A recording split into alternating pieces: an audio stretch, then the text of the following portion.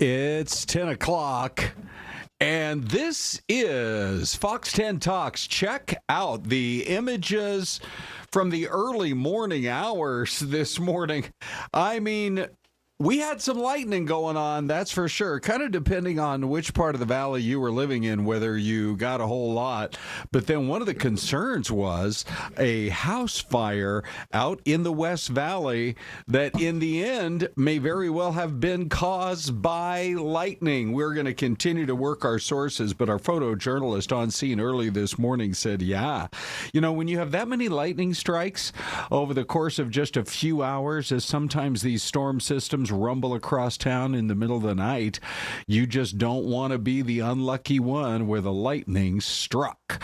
Well, this morning it is, and thanks for starting your day with Fox 10 Talks. I'm Ron Hoon. Celeste will be joining in just the next couple of minutes, but look who we have joining right now. Hi, Krystal. Hi, guys. Okay, so let's talk just a little bit about it. I'm going to roll some of this video because for folks who maybe kind of slept through it early this morning, let me see. So we're at about 5 a.m. there on the left as the roads started to get kind of wet. And then you could see from our camera right in the downtown area some of those lightning strikes that were happening. What was going on? What brought it in? And kind of what was the time frame on it all? Yeah, so we've been talking about this for a few days. We've got that area low pressure that was sitting out over the Pacific, and it was kind of parked there for a few days. Finally has started to move up and into California, which has been just enough of a oomph to push some moisture from the southwest our direction. Okay. So similar concept to a week and a half ago when we had tropical systems that came up from the southwest, but totally different in that it was not a tropical system. It does not have that kind of moisture supply.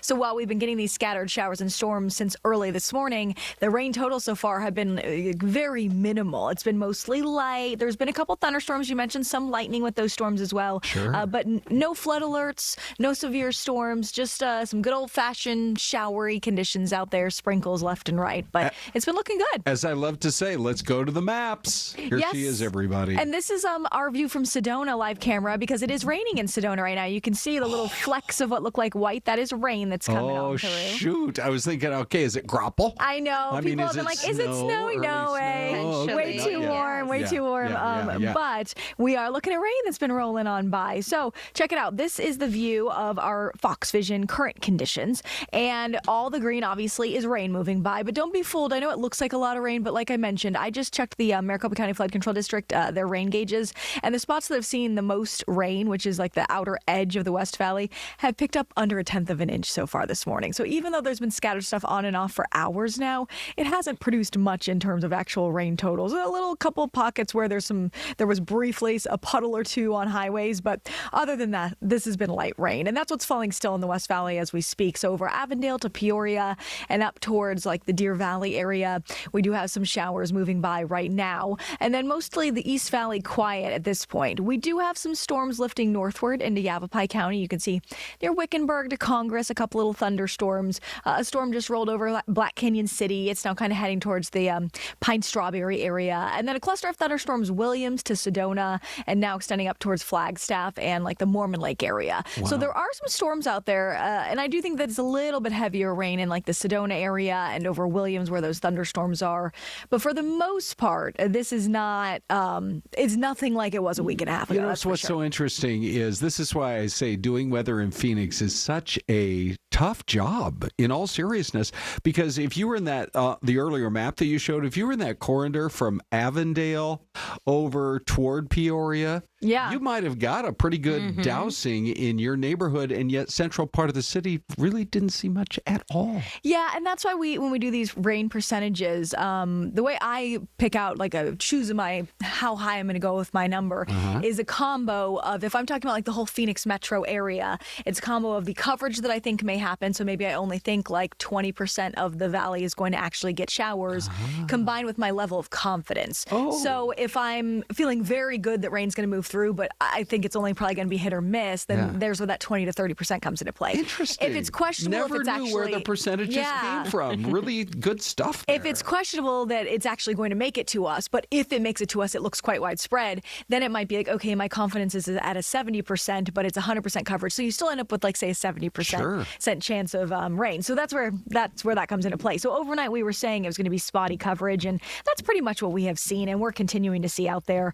And it's not just for the valley. If you look down to the south of us, parts of Pinell County, very spotty showers. There's a little line of like a string of showers running over I-8 in between Gila Bend and Casa Grande that will continue to move up to the northeast. So that might clip, say, like Sackatone, Sun Lakes, Queen Creek here in the next hour or two. But as we push the futurecast forward, you can see that by early afternoon, the valley actually totally clears. We're back to sunshine. And then there's still some showers and thunderstorms for north and eastern parts of the state here. This is at 2 in the afternoon, and then overnight and into tomorrow morning, pretty much everything clears out and we're back to a sunny day. So this is not a long-lasting event, but it is bringing us a little moisture, and it's also bringing us some winds increasing. So expecting gusts up to 20 to 30 miles per hour in Flagstaff, about 15 to 20 in the valleys, just a little breezy, and then 25 to 35 in Show Low. And actually, eastern Arizona even tomorrow could be windy. That storm center is actually lifting kind of up northern Arizona and then over us to the northeast. So as it clips us,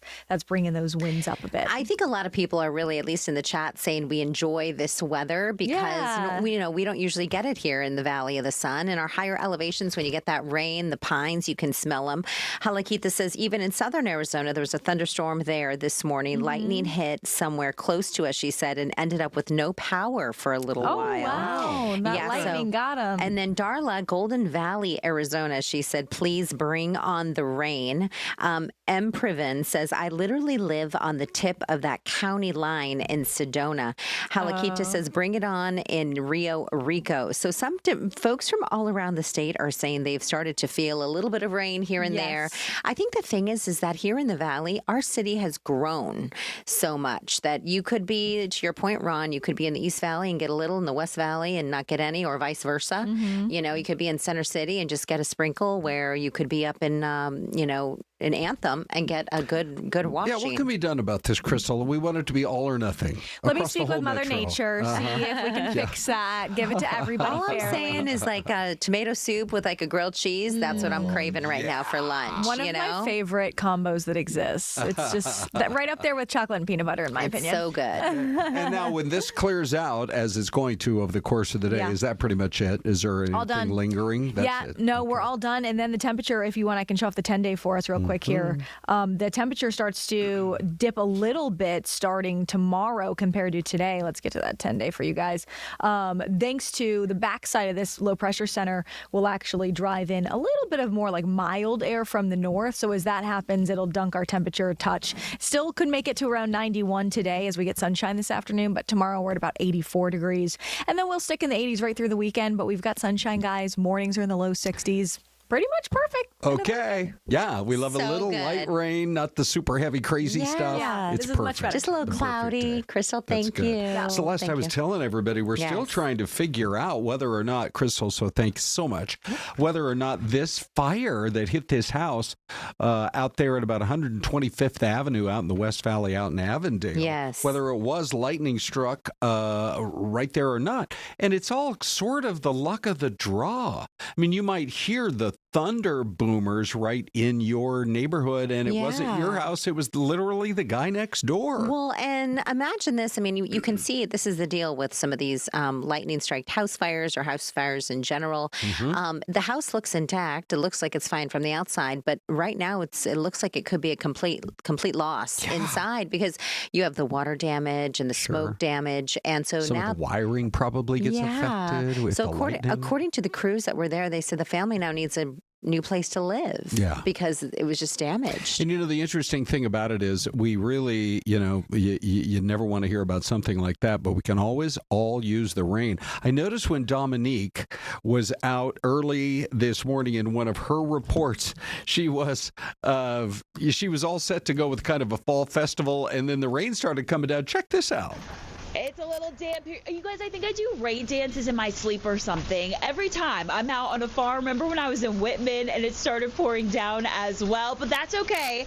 The rain isn't going to ruin our party. We are going to take a break from the outdoors for a little bit. Let those pumpkins get a little rain on them. We're going to come inside the market in Delhi where it's shaded. It's warm. We have Ashley here to take us. Thanks for having us here. Okay, so how fun was that, Dom? Celeste had to turn into a part-time weather reporter today. I know. oh, look at her. She was in Dewey at Mortimer Farms. Yeah. They have one of the coolest displays and farms in all of Central Arizona. Yes, yeah, I was driving through there a couple of weeks ago, and the parking lot was packed on a Saturday. So make sure you get out there early, or maybe go later in the day to avoid the crowds. But they have a market, and it's just a cool spot in Arizona. By the way, the more Syleste kids are getting into athletics, the more you might see her driving down the road, whether it's Mortimer Farms or Vertuccio or somebody out in Thatcher. Yeah, we're covering the state these days, Ron. I love that. Hey, the other story, before we hit a break here, and we're going to get into the politics of the day, and just some of the bigger stories that we're following, has to do with the release of this latest video of the bus that caught fire out there at 202 and Priest, Syleste. Now, this was night before last, and yesterday morning it definitely was one of our bigger stories. Yeah. But the bottom line is this. They have these compressed natural gas systems in buses, and they can carry in their tanks, it's pressurized. Think about how your tires are pressurized PSI to about 44. Guess what the PSI is when they have this compressed natural gas? 3,000 PSI. That's nuts. And so because of that kind of pressure, even if a small leak happens, it has to be handled in a controlled way, which is exactly the way it's designed. And that's why you're seeing it burn off all this fuel. It is designed to vent the gas if the tank is exposed to fire or heat. So you don't have a fireball that could stretch for a city block. Yeah, that's nuts. I'm also thinking, Ron, why are your tires at PSI 44? Mine are at 37. Are they? Yeah. So Well, on your Tesla, why are they at a 44? Well, I don't know. You think it's something fancy with Teslas? I don't think so. I think you're worrying me. They could explode. Yeah. So okay. No, I think what it is that I go a little high, just a little above, because they just naturally. All tires, I'm like, I do not want to go back to QT because they have the free air. Have you noticed that some gas stations charge for air? Yeah, and which should be free. Well, I like the air compressor that you can put the number in. Oh, yeah. I want it at 38. I know. And then you take the thing and it beeps when you're at 38. Right. Those are the ones you want. Well, I have these little thermometers or something on the tires that if it goes too high, it will tell you. The gauge. Which would be like 48, 50, 55, that kind of thing. So I try to go within that range, and maybe I put a couple of extra living large, Syleste, with a couple of extra PSI. Well, when it's free. Okay, where is this pleasant little bird? Guess right now it's Mystery Cam time.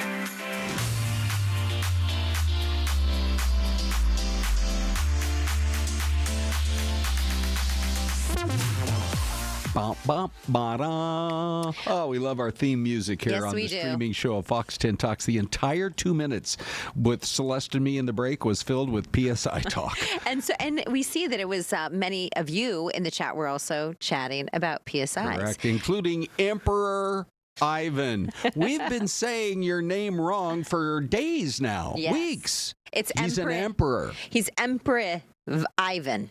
Oh, it's not Emperor Well, it's short. Ivan? It's short for Emperor Ivan. Good. Okay. Yes, that's what he says. So far on the program, you have Celeste, you're dealing with the Lord in Scotland and an emperor from whatever the old country is. I don't know how anybody tops that, so we're just going to go with it. Okay, back to our mystery cam this morning as we move on. Yeah, I mean, that's a kind of a nice little neighborhood right there. It looks like they're just kind of finishing up some homes on some very green land somewhere.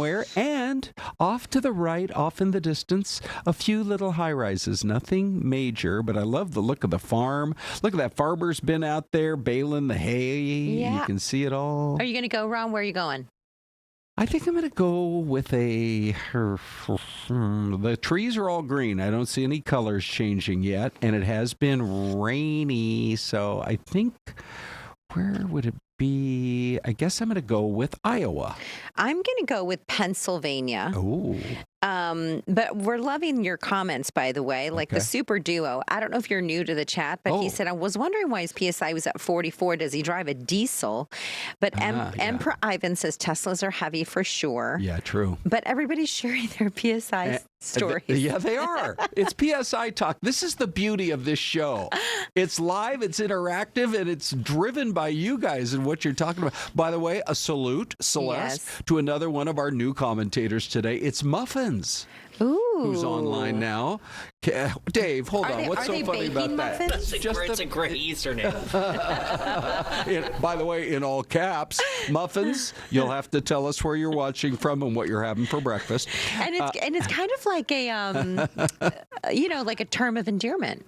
Of course it is. Hi, Muffins. Yeah, no kidding. In fact, if there's a backstory and you want to share. Anyway, just welcome to the friendliest chat on the internet. But let's see. Muffins did go with Pennsylvania, which I think maybe is a pretty good guess, but I'm sticking with Iowa, which is where Brandy is as well. And Troy is saying, Iowa, here I come. Ron is on my team. I love it. And Muffins says Pennsylvania this morning. Okay, so let's go. Here is your mystery cam. All right. Lexington, Kentucky. Oh, is that right? Okay, we always have to go back and look. I'm trying to remember. I drove around Lexington, and I remember seeing the Fox station there, and I thought, I didn't know a channel number could even go that high. Oh, what was it? I think it's like 47 or something. Oh, wow. I like 10. Fox 10 is easy to remember. You don't have to count way up there. But I think there's something like Fox 47, but it is a beautiful town. Yeah, well, look at it. It's gorgeous. Yeah, no kidding. Okay, Lexington. I don't think we had any Kentucky guesses. No, we didn't. Okay. Darla says Donovan said Wyoming, and I say Montana. And Catherine Malone says, love seeing Big D smile. Yeah, let's give the people what they want, Ron. Here you Big go. D. Okay, good. I'm a little concerned about the, we announced on the show that he gets a per diem of $15 every time we show him. He's already at $30. $30? Yeah, I know. So, all right, let's talk about one of the breaking stories that we covered for you this morning out in the East Valley. Now, look, I live in Mesa. I've lived in Mesa for over 40 years, and we're just a big enough city, even though it's kind of a quieter town. There are a lot of the reasons people move out there. They like the more laid-back lifestyle, which is Mesa. More family-oriented. Houses are less expensive than, say, in Scottsdale or Phoenix. But we had some crime last night. 3 people get shot in a neighborhood right around Lindsay and University, and we were hearing from Mesa police regarding all of this just this morning. Shortly after 11 p.m., I believe last night, we had a shooting involving several parties. I don't have a whole lot of information at this time. A lot of moving parts to this. What I can tell you is that we did have 3 victims. They were hospitalized. They are all in stable condition at this point. There were some guns recovered on scene, so we're still going to work that piece. I can't tell you how many shooters we have. No current threat. It looks like we have all the involved parties. We're still trying to sort out their involvement. Like I said, scenes of this magnitude, and it's kind of isolated into this area, but there's a lot of moving parts. So we're still trying to determine through the evidence and surveillance video on who played what role in this shooting. It does look like the involved parties, there's probably multiple shooters, or at least multiple guns involved. We're still trying to determine who had what. Okay, and there's some video from the scene overnight. So again, 3 people shot. It does not look like anybody was killed or that the injuries the gunshot wounds are considered life-threatening. But yeah, there's so much, let's just give a shout out. Look at this. Middle of the night. Do you see how many police investigators they had out there? Way to go, Mesa PD. I used to live right up in that area around Lindsay and University. And so sad to report that this happened, but happy to tell you that it doesn't look like it was anything too serious out there in that part of Mesa. Fortunately, right? That could have been pretty bad. Now, we are going to shift over to this story, which is coming in. I don't know if you guys have seen this video. We're going to go east side, west side. Ready?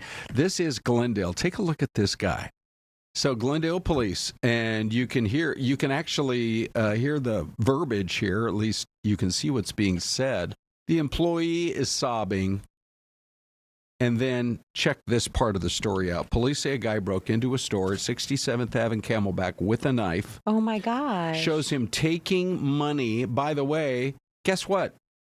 There's cameras everywhere. And so then they are able to arrest the person.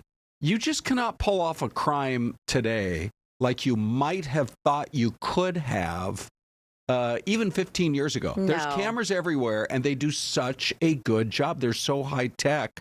They can see right into your car. The guy's been identified as Gilbert Lara, charged with kidnapping, aggravated assault, and armed robbery. And the video shows him taking money and then actually hitting the girl. And so, on the one hand, you have a robbery, but it got way worse and innocent till proven guilty. But if this guy were to be convicted because of the assault and really the terror that he put her through, allegedly, it will be a much more serious case and a much more serious, I would think, sentencing process. But we'll have to wait to see, like I always say. Innocent till proven guilty. Well, the interesting thing is that Glendale police, kudos to the detectives here. They were able to then follow him outside. You showed the video, the surveillance video inside when he's attacking the young girl, allegedly. But then the video of the outside of the store, they kind of take, obviously, the cameras are following his actions. Yeah, of course. Onto the street, into the car, and is it worth it? This is not just in this case, but in a case, is it worth it to do something like this? When you got a suspect who's 52 years old, and you have this many serious crimes, off the top of my head, I don't know what the max sentence could be, but it could be 10 to 20 years. Yeah. That's pretty much the rest of your life. And was the money worth it? Like, how much was he thinking he was going to get away with? Okay. On to this next story. Here's politics out of D.C. This is fascinating. They've come up with a plan in the U.S. Senate to at least make sure our military members are taken care of. They're going to have a vote to say, look, there are a lot of office workers who are not working right now. However, our military needs to stay vigilant. They're on the job. They got to get paid. Mm-hmm. And essential workers like TSA, like air traffic control, et cetera. So at least let's get them paid for. Now, this is the story that has come in. It looks like they're going to basically move forward with the idea for a planned vote to do it. And a Senator Mark Wayne Mullen from Oklahoma says this will be a very hard vote for Democrats who, as you know, are saying at this point, we're not willing to work with you to open the government if you don't work with us on Obamacare. And so because of this strategy that involves our military and essential workers, I do think every single member, all 100 members of the Senate, whether they're Republican or Democrat, are going to have to think hard on this one. Yeah, I think so too. Right? There is so much going on, I think, globally Yeah. And then at our nation's capital, and we're still in the middle of this government shutdown. Yeah. All right. So, Jeez. is this a good idea or not? Here we go. Grab the QR code. By the way, normally we put our poll up when I do a little introduction to the program at about 9:40, 9:45. We didn't have time for that today. So this is the first time we've actually rolled out our poll so that you guys can take a look at it. Grab the QR code. We'll watch these numbers. We'll see if they move around at all, literally maybe in the next 30 seconds or so. So the GOP is planning a vote to at least pay military and essential workers. Is this a good idea? Currently, and we'll update this if the numbers change, yes. Who could vote against military pay and essential workers? But we'll see that just moved now. 29, now 28% say no. Democrats need to hold out. Obamacare is too important because that's really what this fight is all about. Celeste, what are you seeing on YouTube? Let's go to our YouTube poll. 354 votes in the last hour or so. We do have a link to that poll if you'd like to click on it. It's up at the top of the chat. So the responses here, yes, who could vote against military pay and essential workers, 70%. So this one aligns pretty much with the other poll that maybe many of our television viewers are responding to via the QR code. Mm-hmm. No, Democrats need to hold out. Obamacare is too important. 30% of you say that one. Okay, so there we are on YouTube, and that's unusual to have I don't mean to be highbrow, Celeste, but I'm going to use the phrase unanimity of opinion. Unanimity. Unanimity. I was just going to say unanimous, like regular folks. I know. But Ron, you are pretty fancy. Like regular folks. Ron's pretty fancy. Ron, listen to this. I know we got to go to break here in about 1 minute. But Brandy the Bookworm says, I was robbed at gunpoint, 8 months pregnant. She was working at Joann's Fabrics in Albuquerque. She said, I was so hormonal, I just walked away to my office, called the cops, and the robber was still there. Like he was waiting for me to come back when the cops showed up. That is so frightening. And we are glad that you're okay. Gosh, yes, Brandy. It's pretty scary stuff. Okay, yeah. And so this is why what we do is is very different. First of all, we call it the friendliest chat online, but people are really honest about their feelings and their opinions and maybe things that have occurred in their own lives. It's a safe space, Ron. It is a safe space. But Brandy, thank you for sharing that. And let's see, who else are we waiting to hear from still? We have, Muffins. Muffins. Tell us where you're watching from this morning. And we maybe can't wait. What your favorite muffins are. Correct. That is the big question people How would you come down on that, Celeste, on muffins? I'm going to go banana nut. How about you? Ooh, I might go Morning Glory. Dave, what's your favorite muffin, buddy? I'm going to go chocolate chip, guys. Look at that. Okay. And with that, we go to break. Let's go to Michigan. We'll be right back. Big D.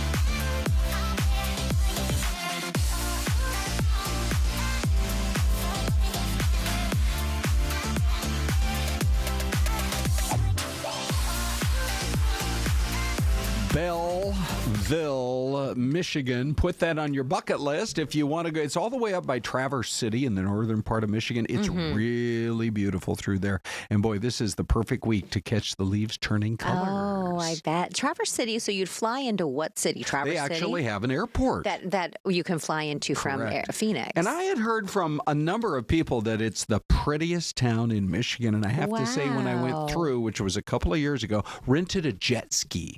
I don't know if I've ever done that anywhere before. And just jet skied across they have this big, beautiful bay there. Oh, wow. And I'm like waving at people, as I'm going did by. Did they wave back? I don't think they did, Celeste.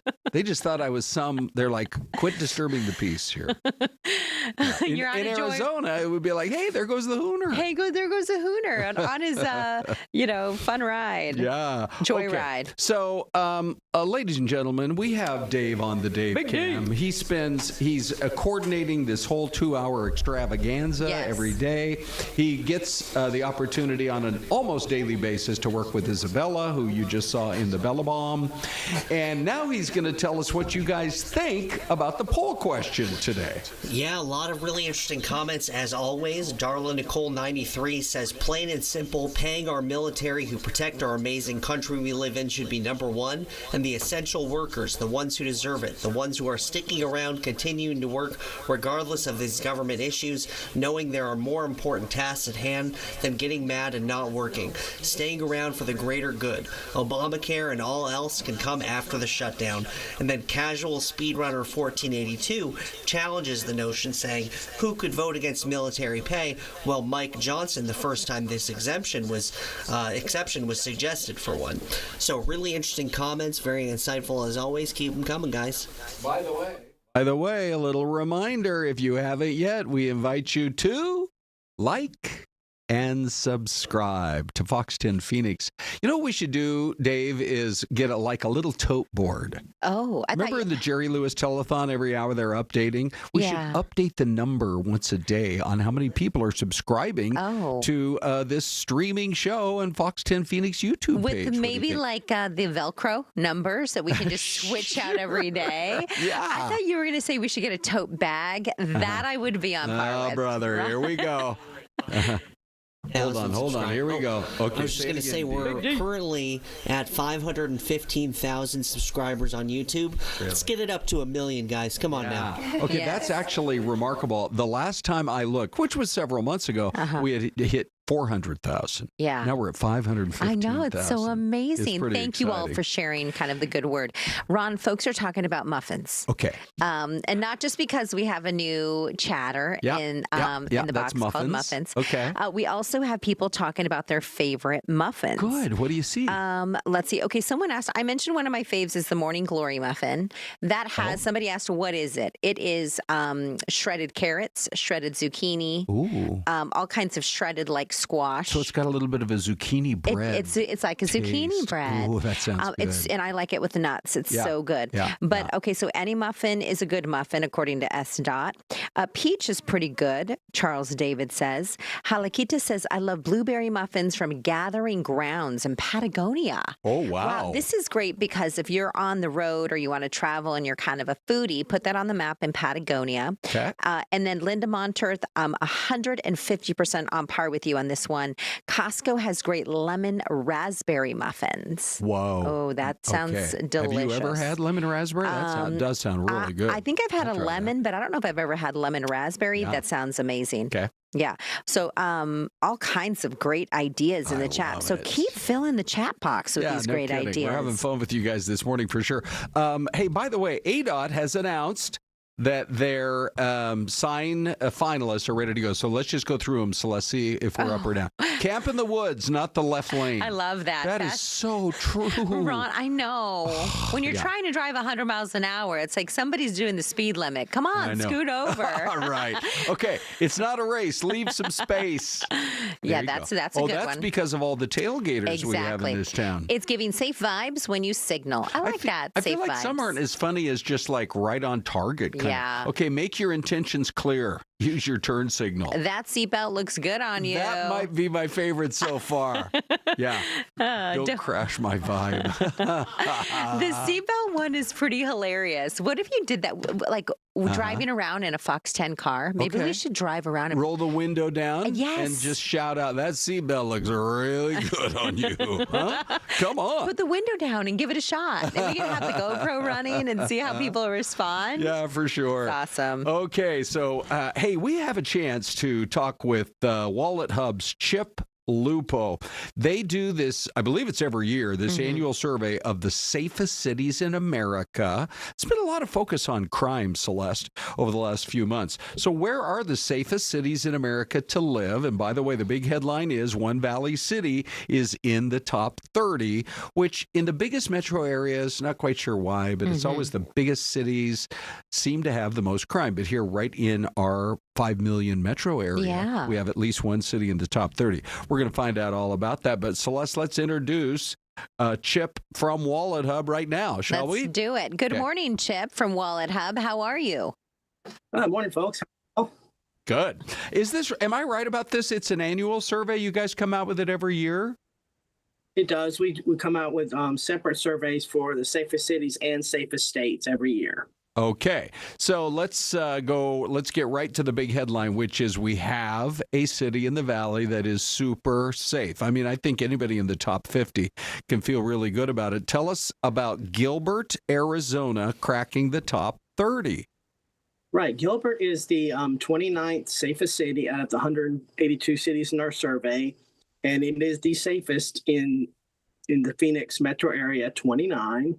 It ranked very well in what we call home and community safety, and also in what we call financial safety. Now, what I found interesting, now this is not only to Gilbert, but this is sort of a statewide metric. Very, very poorly in the natural disaster risk, which I never would have fingered Metro Phoenix as being kind of like a disaster hub, but I guess maybe threat of wildfires or maybe earthquakes. Well, plus we've had some of the most intense monsoon storm activity. We actually had deadly flooding just a few weeks ago, just outside of the main Metro Phoenix area. So believe it or not, when the monsoon rolls into this part of the country, it can have really, really bad consequences. But that's good that you guys look at all of these things. So it's not just crime, it's many different aspects. Yeah, and it's interesting because I just noticed that, and this may have spiked the numbers upward from a year ago, but at least Phoenix, the whole Phoenix metro area ranks 165th in the hail risk index score. Okay. So I guess monsoons come, they do wreak havoc. So that's an outlier there for sure. Where overall does Phoenix rank? You had 182 cities. Safety-wise, the hail index, that's really bad. But where were we overall? Okay, now Phoenix, now it's interesting because I'm going to follow up on a point that you brought before I came online here, is that now Phoenix is 136th out of 182. It is the least safe among the Phoenix metro area. Again, now Phoenix is a sprawling, large city, and the crime rates do tend to be a little less safe, a little higher in the cities than they do in some of these outlying areas. Phoenix has a pretty high rate of a pretty high murder rate, below average numbers actually above average numbers in forcible rapes and assaults per capita. Okay, stop there, Chip. Stop there. It sounded worse. It sounded worse by the paragraph. I know. We're going to stop you. Yeah. Hey, Chip, what city are you located in, my friend? He's in Columbia, South Carolina. Columbia, South Carolina. Do I have that correct? Yes. And you're in a great city. Have you been out to Arizona in the past?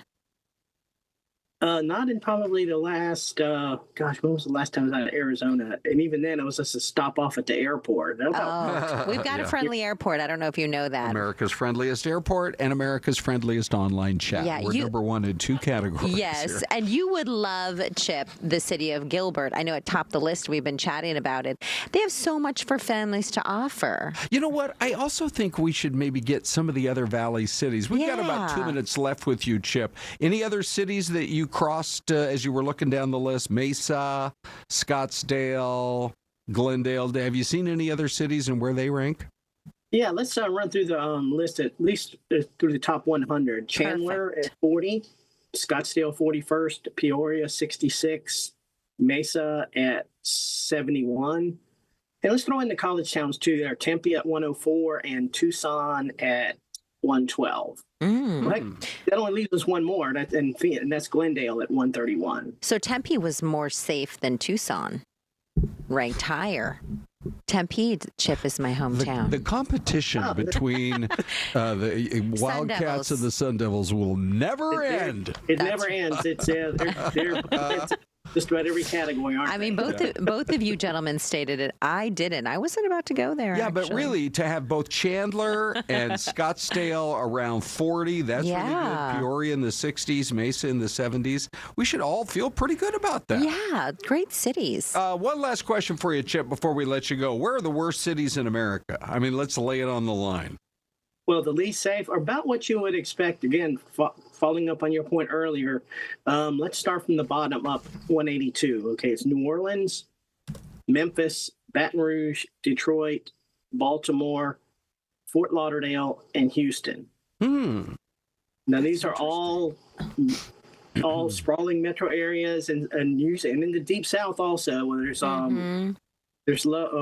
high poverty, and with high poverty often comes high crime.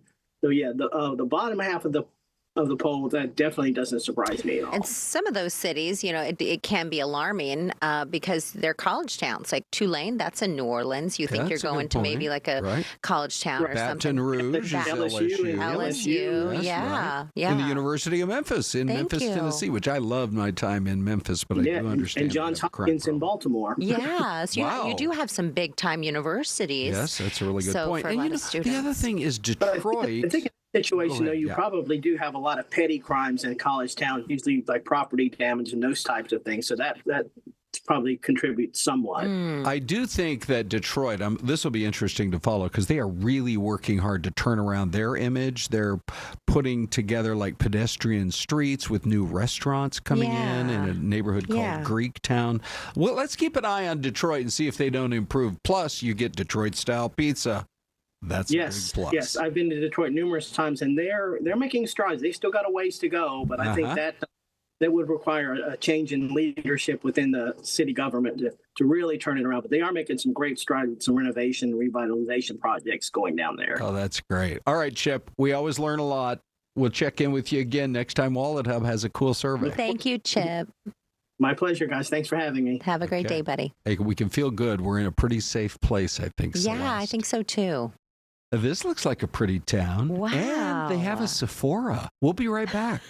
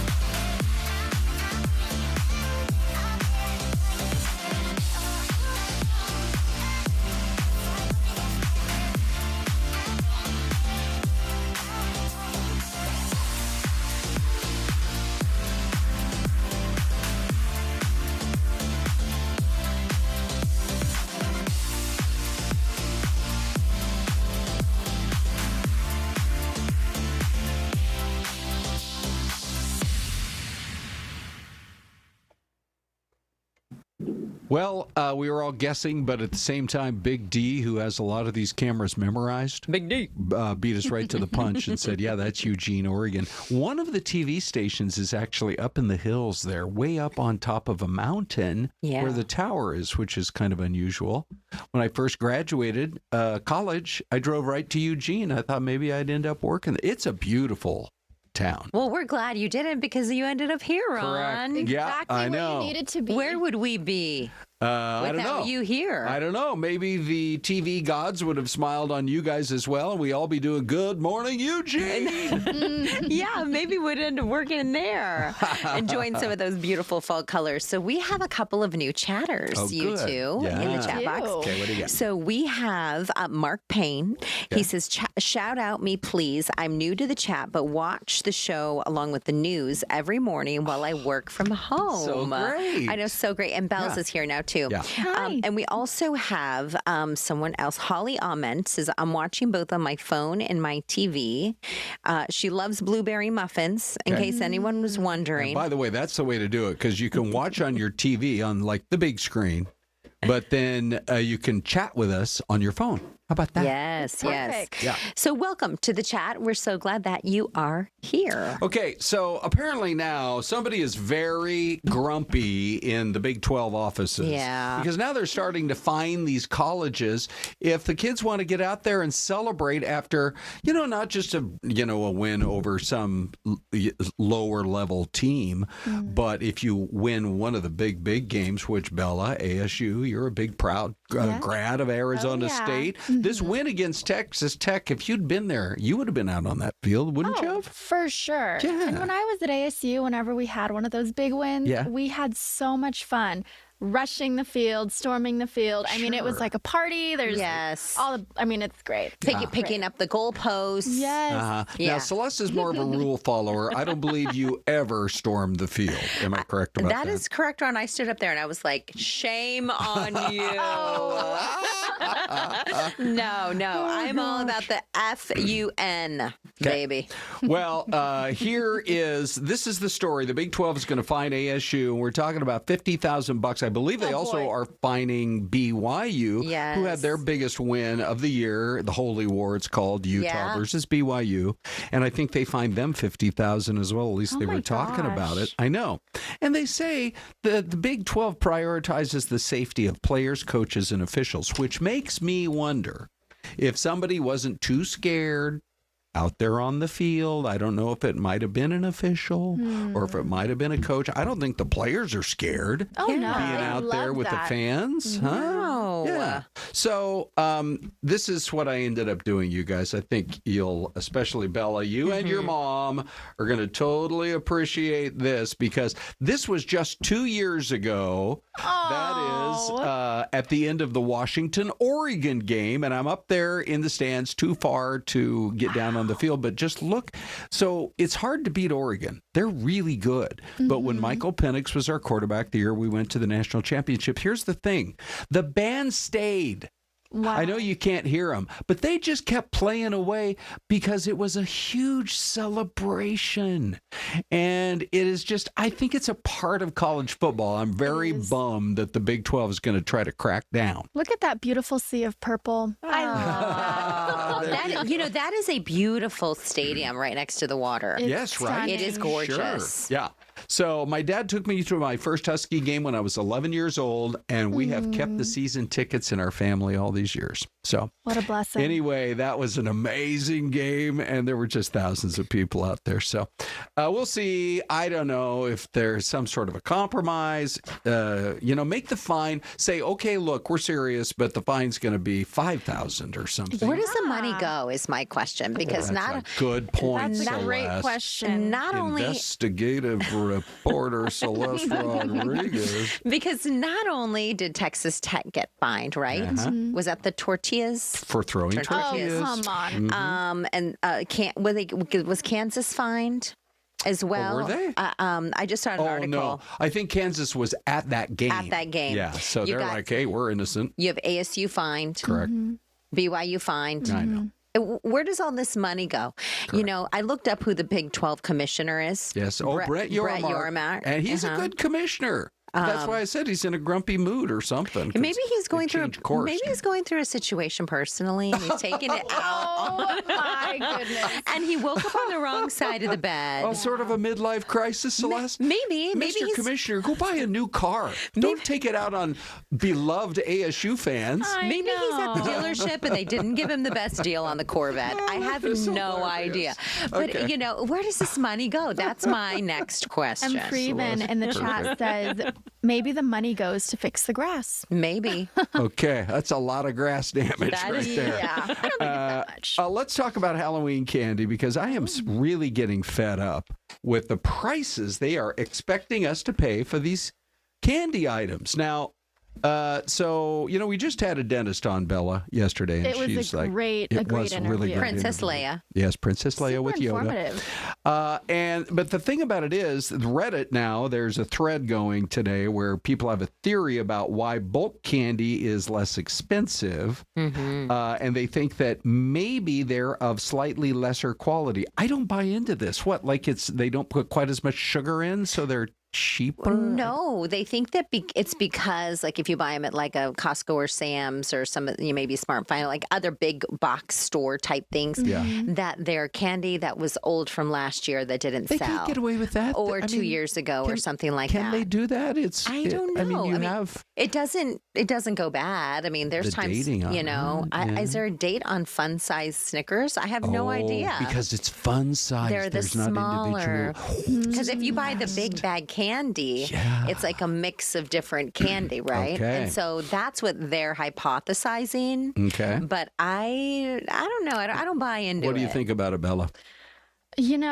I just love candy. That's kind of all I'm thinking about. Brandy had a good comment. She said, Halloween candy is getting to the point where we have to treat it like Christmas and start buying it early. Because if you do it all at once, your credit card bills are going to be ridiculous. Yes, that's a really good point. Good That's point, like a Brandy. consumer alert right there. Okay, one other story here before we clear out of the way for Ty and Danielle. I got a text from my son last night, Jordan. He's like, Dad, 1 year ago today, you were in your 50th state. Now, for those of you who are newer to the chat, I had been to 49 states, and there was this one outstanding state. And I always said, whenever that day arrives, and I mean, I thought about it for years, I'm going to really do it upright and explore pretty much the whole state. Yes. So let's just pull up here some of the images. For example, that is the state capital, which was built about 100 years ago, Bismarck, North Dakota, and it's still the tallest building in North Dakota for 100 years. They're close to it. And I'm guessing then there's all those state agencies that fill that, like Department of Transportation, the governor's office. Name as many bureaucracies as you want, Celeste. We'll go floor by floor. It's like that's a kind of a big deal. Anyway, the leaves were turning. So it was pretty.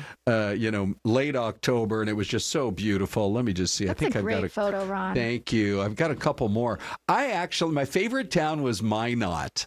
And Celeste and I, that's our praise for years. Why not Minot? Yeah. They have a big Air Force base there, They do. big military presence. That's a stave or stav church that is modeled after the ancient Viking churches. It's pretty amazing. From 1,000 years ago. So they had a lot of Viking families from the Scandinavia. They have the biggest Viking/Scandinavian festival in America. Yeah, they do. Every year. They have a lot of Knutsons up there. So is that my right? husband. That's your husband's name. So a lot of them traveled east to west, ended up in Ballard, Washington, which you both know. Sure. There you are. That's where they stopped because the ocean stopped them. That's right. And then some of them said, I'm turning around and going back to Minot. That's right. Why not?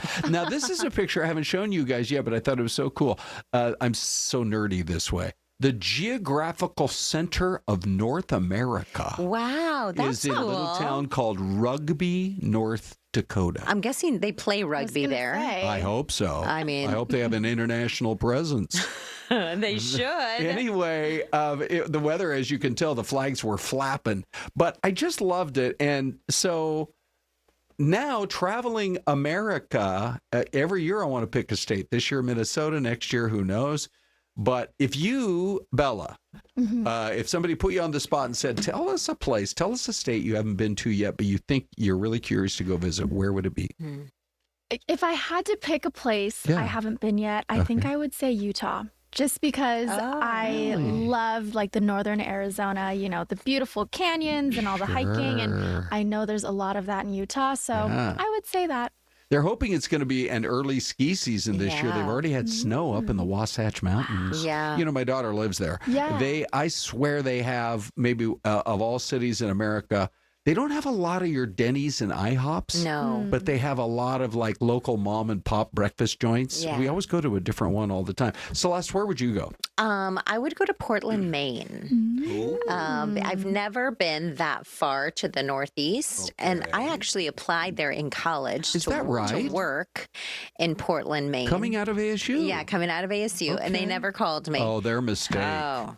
Come on. They're lost. They're lost. Yes. But I think we've all been loving the fall colors of the mystery cameras and things like that. And I think that's part of the reason. And growing up here in the Valley in Tempe, I just wanted a different part of the country that was totally different. Well, didn't you have a student who moved after she graduated from the desert to maybe the coldest city in America in Duluth, Minnesota? Yeah, she lives and works in Duluth, Minnesota. She's still there. Yeah, she's still there. And she wanted obviously a big change of pace. Yeah. right? Well, and in TV, it's like wherever the job is open, Yeah. especially for your first couple jobs, you're Right. just going to take wherever you go. Yeah. But I thought I wanted a change, and that they never called me, so I ended up in Boise. There you are. 4 Nothing seasons. wrong with Boise. That's a pretty Boise's town great. too. So amazing. But yeah, I'm excited for you to go to Utah because Zion and Bryce, That's two where I of wanna the go. greatest national parks. Yeah. It's amazing. And you are a really good hiker. Over COVID, we did the Wall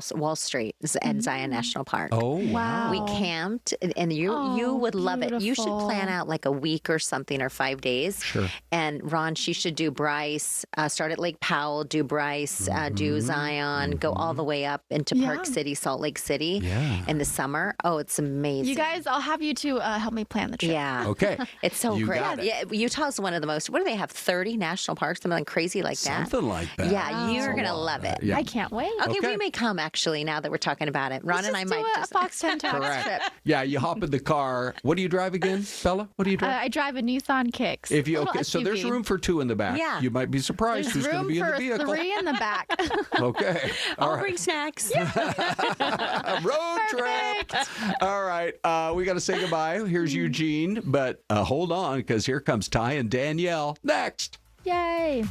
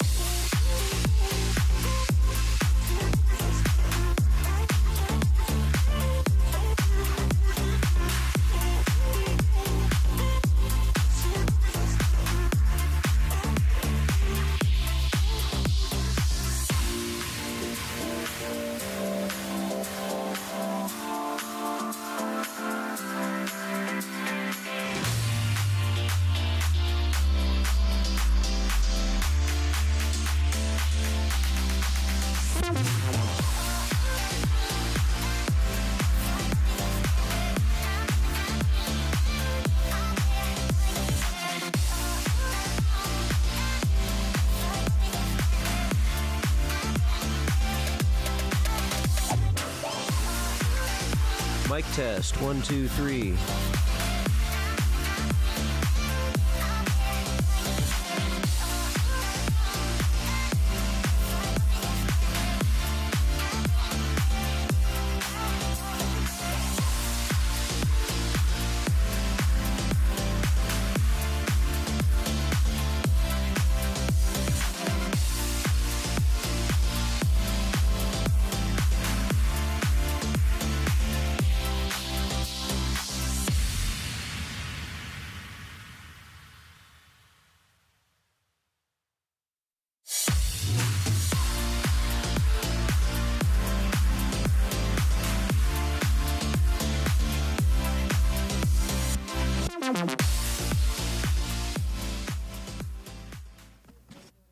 All right, welcome on in. Happy Wednesday.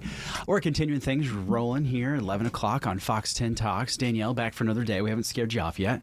Nope. Yet. Not yet. We're stalling because guess who was supposed to be here?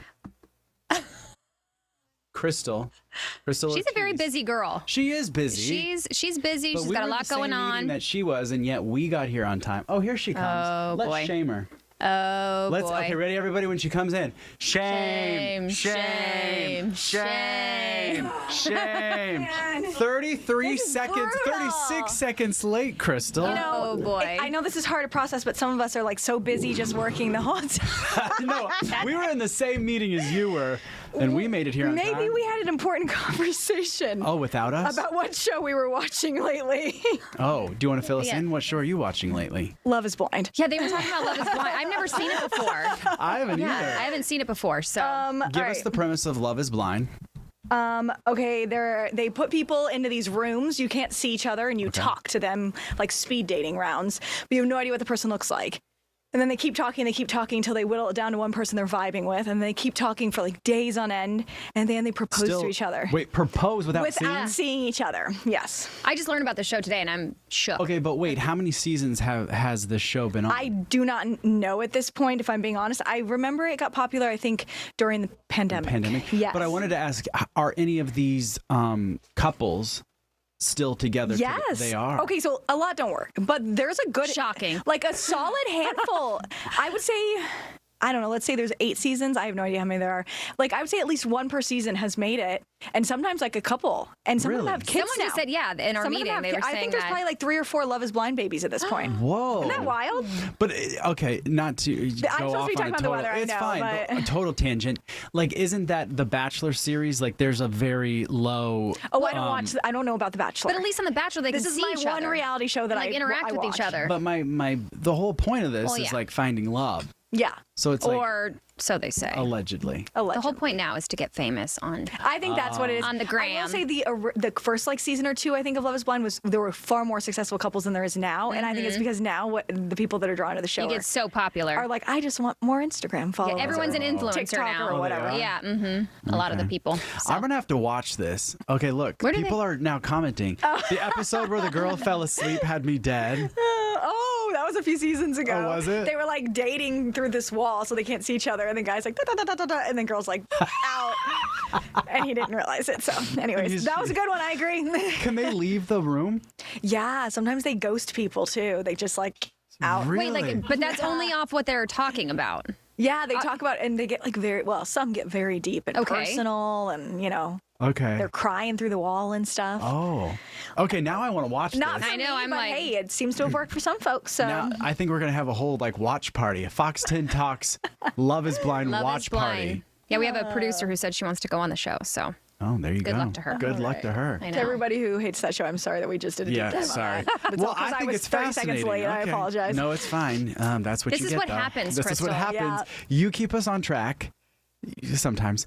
Not today. And now we're off track, though. All right, but let's talk about the weather because you told us that we were going to potentially see some rain today. Yep. And man, Mother Nature really delivered, especially for some portions of the valley, too. Yeah, and the interesting thing is that even though it's kind of looked on radar, at least even now, like there's heavy periods of rain, I've been checking some of the rainfall totals from Maricopa County Flood Control District, and the totals have been really quite minimal. So it's been fairly light, which is what we need. After, a week and a half Yeah. ago, we had so much rain. Our ground is certainly still saturated, at least to an extent. And so, yeah, this has been very beneficial, good rain. This is a view from Sedona, one of the areas look that's at had that. some nice rounds of showers that have been pouring on through the Sedona area. And then we can switch over to our view of Fox Vision. And obviously the bulk of the rain is now lifting to the north and east of the valley. So that's what pulled through the valley earlier this morning. And now it's up towards Flag and the White Mountains, moving into like Navajo and Apache counties. But there are still some showers in the valley too. So we'll zoom in and take a look. But this morning, I got a nice light show driving into work. Yes, some really good lightning with some of these thunderstorms this morning. Same thing, I was driving down the 60 at like 3 a.m. and I could see the lightning as I was driving in, looking to the west, which was where most of the storms were in the West Valley, and then it was more showery into the East Valley. But this has been the case most of the morning. So obviously there's not a lot going on here. It's just kind of little bits and pieces of showers that are rolling through. But what is that? 303 and 10. There's some light showers. Just skipping over like the PV area. There's a little light shower, and then same thing Tempe on that like curve of the 10. We've got just a little bit of action that's rolling on through. Areas to the north had a couple stronger thunderstorms. They have already started to clear. So just in the last kind of rounds here. And then the heavier stuff, and by heavier, I mean just heavier than the light sprinkles, is areas along I-40 now. So around Flagstaff, Sedona, Winslow, we still have this like light to steady rain. And then it kind of extends down towards the White Mountains, where it does look like we've got a couple thunderstorms. What is this? Kind of in the snowflake area. Yeah. I see a thunderstorm cluster rolling through. St. John's, Eager, you guys are probably going to get a little bit here in the next half hour or so. Payson still getting some showers as well. And I know a few people have asked about Globe. There have been some showers that have rolled through the Globe area and Gila County, but it's all been light. Thank goodness, and it's right? been moving. Yeah. So it's not parked in one area, which is usually what creates bigger issues for us, is when we start getting those, what we call training storms. Let me hop over. Storm? Training is when a storm kind of redevelops in the same area over and over. So your wider scale weather pattern that guides moisture left, right, up, down, if it's not moving much, then the pattern's not moving, and you can sometimes get storms in the same areas. Gotcha. And that's when you have flood concerns a lot of times in the desert, is when you get training storms. But none of that today, so that's the good news. Here's the look at the future cast. Everything is starting to lift north and east, and then by this afternoon, 2 p.m., notice in the valley, we're actually going to like full sunshine again. So we end up warming up above average this afternoon. And then we'll still have some showers in the east part of the state until tonight, when I do expect that everything will clear. So by tomorrow morning, we are drying out. There's a low chance along the state line, northern edge, for some showers Thursday, but otherwise it is a sunnier day tomorrow. And temperatures will actually drop some by tomorrow too. Winds will be up. There's an area of low pressure storm system that's guiding all the moisture over us from the southwest. It's currently in California, kind of clips northern Arizona. So as it does that today through tomorrow morning, the winds will increase alongside it. So we're right around 20 to 30 mile per hour gusts in Flag, 15 to 20 in the valley, 25 to 35 in Show Low, which is enough that maybe if you've got, so in our front yard, we have a very lightweight couple little ghost looking things. And did they disappear? One fell over. Okay. I'm going to have to reconstruct him when I get home. I noticed I was pulling out. Maybe my husband did it already, but I was pulling out. I was like, oh no, our ghost. But Maybe other than that, flew no away. big issues. Yeah. Oh no, I could see a sheet on the side of the Oh, ground. gotcha. Yeah. Okay. Do you get a lot of trick-or-treaters at your house? Well, we've only been there 2 years Oh, so we're it's kinda somewhat. hard. Okay. 1 year, last year it seemed like there was a lot of people. The year before it seemed like there was nobody. So. Did Who you buy knows? all your candy though? Well, we bought one big bag, but I'm afraid what if that's not enough? So I told Josh we got to get one more. Yeah. Good size one before Halloween. Well, because I was going to go into this next story because I think this is kind of a controversial topic, and I wanted you to weigh in. Hold on, let me find it. Is it the candy story? The candy corn story. Oh, candy corn. All Do right. you like it or no? No. No. Okay. I mean, what about you, Crystal? I think it tastes like wax. I think candy corn is disgusting, but I do have one of my best girlfriends loves candy corn. I've always shamed her for that. Yeah. But in reality, whatever you like, you do you. I did see real quick, someone asked about any guesses for Halloween temps. It's now on our 10-day forecast. It's the 10th day, and right now we have like mid-upper 80s. Do you want me to go back to it? I'm sorry. No. I just noticed the question, so I wanted to answer it. I was just jumping real quick. around. Here, We'll go back to candy corn in a second. I'll pop up the 10-day. Really sorry. The 10th day is Halloween now. There's that Friday. Right now we've got it 87 degrees and sunshine. Obviously 10 days out, they're subject to change. Something could happen. But right now the pattern looks pretty favorable for A-OK forecast on Halloween. Okay, I was a weather expert for a while before you showed up. So you think? And Crystal, I'll just say that like when I was a weather expert, I would put like a little pumpkin? icon. Yeah, a little icon. Isn't Ty so good to I just was call so everyone busy tracking the rain that I did not. But you know what? I will put that pumpkin on for later editions of You our are so newscast. mean. I'm just stirring the pot. All morning, this guy. I've just been stirring the pot. It's fine. This guy. Luckily, you have two strong women sitting next to you. Yeah, that well, that can take just we just clasp our hands Ignore it. and move on. You know what? It's like you two are my sisters. That's why I feel this camaraderie where I can, give you a little ribbon. A little ribbon every once in a while. I already have a brother. Yeah. I don't need additional. Sorry. You don't need a work brother. I only have sisters, so So how do you like Welcome. having a brother? Yeah, welcome. great. Not great? No, definitely not. My sisters weren't great either in the very beginning. They're amazing now. We're the closest you could ever imagine, but woo, growing up. Which That's one just did you fight with? Wait, because you're the youngest. I'm the youngest, yeah. So Which I one have did you fight with the most? Jessica, And my she's middle. the middle, okay. Yeah, well, Nikki she's 8 years older than me, so she was always kind of doing her own thing, but she was definitely more of like, oh, we're just the bratty sisters that she has to babysit. But Jessica was my BFF, and we were thick as thieves until she went on to middle school. And the little loser was still in elementary school. But then tables flipped. Because then in middle school... Tables turned, or you physically were flipping tables? Both. Then teachers are like, oh, is that the Miller girl, your sister? And I'm like, nope, I don't have a sister. Oh, Yep. Wow. But then we became best friends, and my older sister still as are. well. Yeah. Yep, very close with both I like my that sisters. you're really close to your sister. Yeah, That's Jessica, good. she used to just, Is she watching? I don't know. Hey, Jessica. Dang, We're just Jessica. airing all the family dirty laundry out. I'd be scared of her. She'd chase me into my room, and yeah.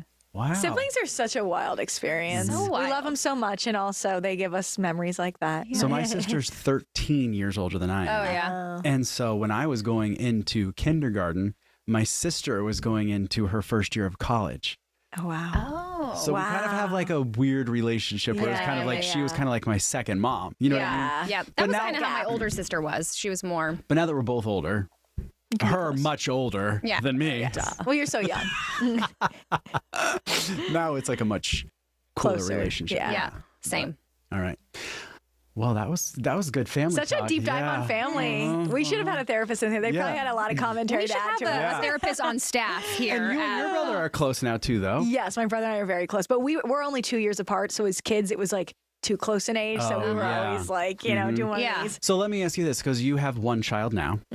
Now, does that make you want to have another child close together? Well, I'm just asking because you know what it was like to have that close You and brother. every aunt on Josh's side of the family wants to know. No, yeah, I think I would like for her to have a sibling that's somewhat close in age, but not.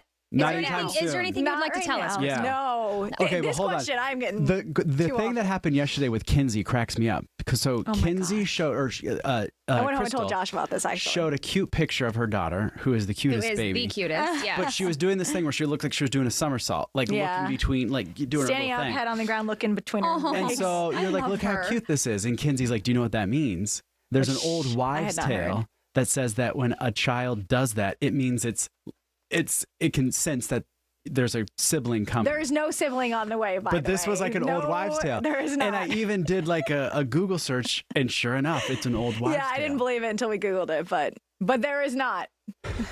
Maybe I'm gonna she drink was some wine no, this maybe weekend to prove it. maybe she was doing that for Kenzie. Is there anything that No. Kenzie wants to tell us? Oh, well. I don't She think was so. just kind of We're gonna have to ask Kenzie. translating through that. All right. Well, now we only have 5 seconds.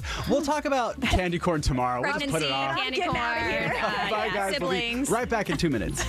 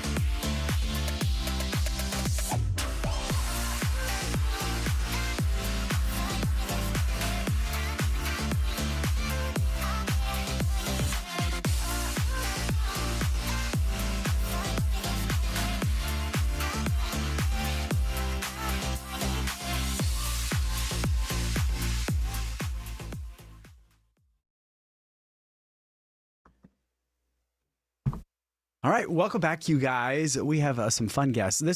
I love Halloween. It's one of my favorite holidays, not just because my birthday's around Halloween. The 26th, everyone wish Ty a happy birthday. Do not forget. There you go. If anybody wants to send donuts. Oh, yeah, we'll take them. I won't. I'll make sure they get to hand delivered. Yeah, perfect. Yeah, I'm sure they will. Trust me. Yes. We've got Ciara and Cody, my two friends here from the Irish Cultural Center. And it's a library. And McClelland Library. Yes. It is the beautiful building right on... We're on Central, just south of McDowell. Big, giant castle. Yeah, you can't miss it. No. And, I mean, this is like the perfect opportunity to do something kind of cool for the spooky season. What are you guys going to be doing? So we are in our second year of Haunted Castle, and we're celebrating Samhain, which is the Irish celebration of Halloween, that Celtic harvest.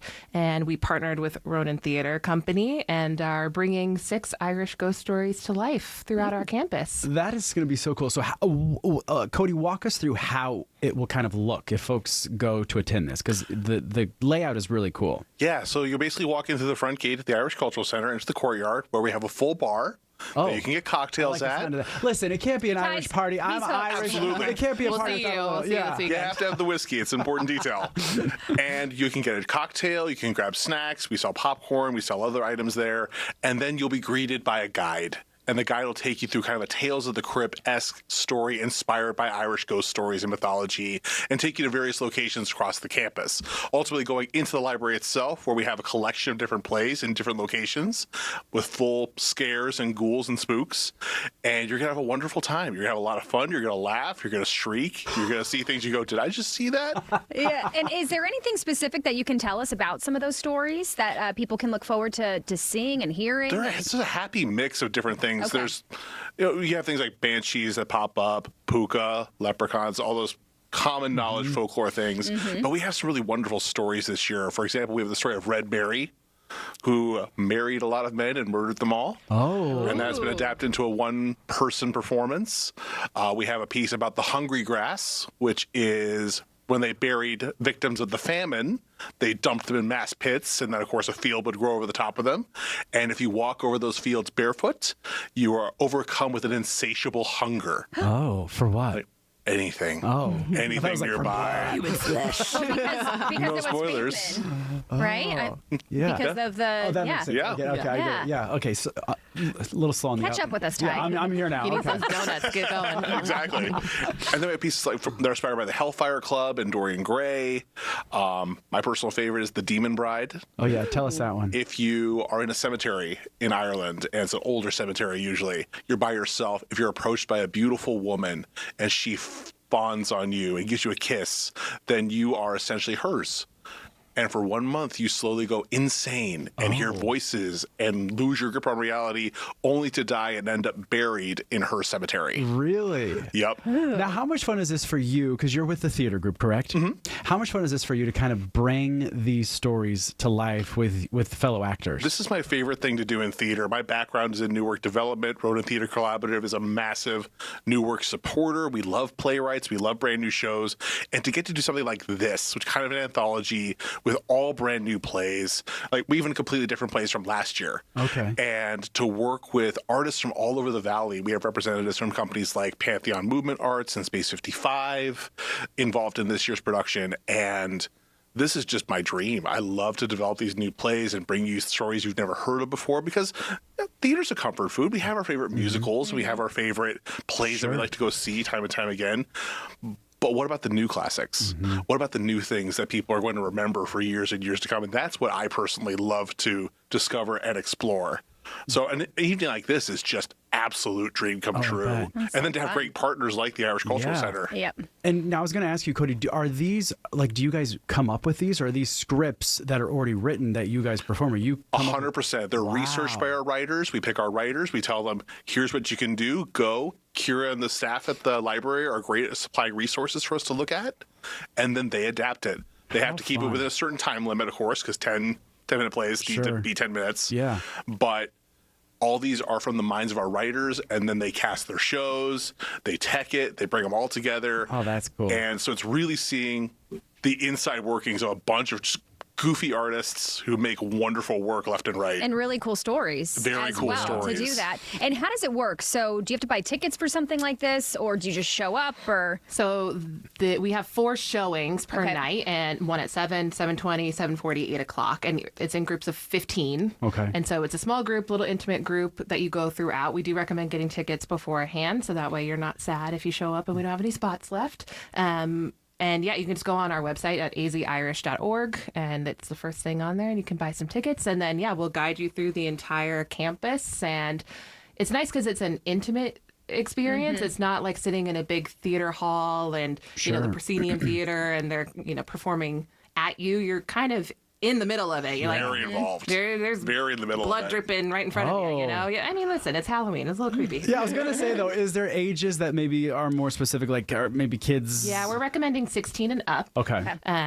So definitely not for those younger kids. It is creepy. There are some gross factors. There's some, you know, spooky moments, but you got to lean into the Halloween. Yeah, and every ticket comes with either a cocktail or a mocktail. Okay. So you get to pick when you show up which one you would like, and we'll have it ready for you at the intermission. Amazing. And it runs through when?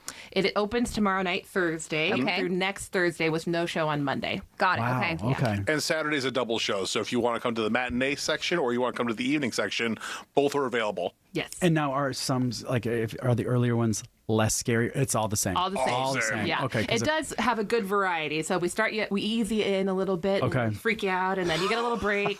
And then you freak out again. And then your heart rate goes down, and then you end, and you kind of go, whoa. Probably need that cocktail. Yeah, exactly. To even out your nerves, Yeah, right? exactly. Let's talk about what you do, because if you've never been to that building, it is such a spectacular place, a jewel basically here in the heart of downtown Phoenix. Give us a little history of the building itself and what you guys do there. So we just celebrated 25 years last year. Congratulations. For Center. Thank you. We came about as a public bond back in the 90s, and us with the Japanese Friendship Garden, which are our neighbors. And we are dedicated to bringing Irish culture to life and educating people on what that means through things like this, through lectures, through genealogy. We have a full genealogy center. So if you want to come find your history, we have people that can help you do that, because it's really hard. There's a lot of intricacies with Irish genealogy in particular. We do over 100 events a year, everything from things like this to concerts to other performances to a Harry Potter night to everything in between.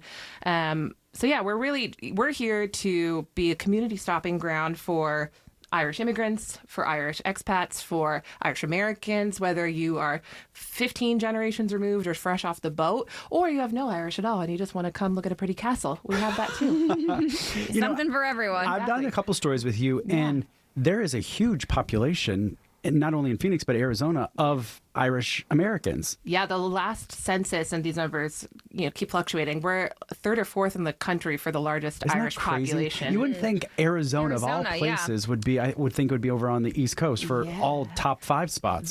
The tech boom that's happening, and us becoming this new Silicon Valley hub. A lot of Irish companies are sending people here. People don't want to live in expensive places. They love Arizona. Who wouldn't? It's beautiful. We have great sunshine and great weather and great people. So more and more people are flocking to Arizona, and we're seeing, a huge influx of immigrants as well. That's cool. Awesome. Yeah.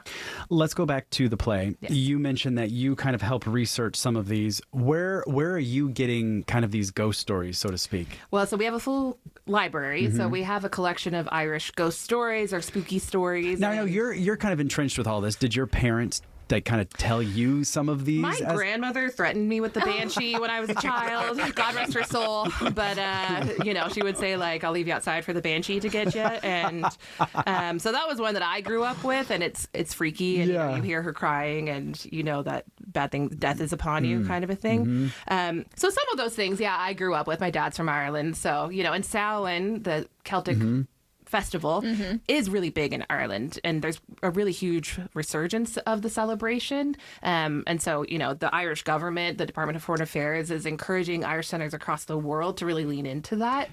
Can I ask you kind of what are kind of the similarities and differences between Halloween and then what is it called? Samhain. Samhain. Yes. So, I mean, Halloween started in Ireland. Samhain is Halloween, essentially. So, I mean, things like putting the pumpkin out is an Irish tradition. You would carve gourds and that kind of a thing.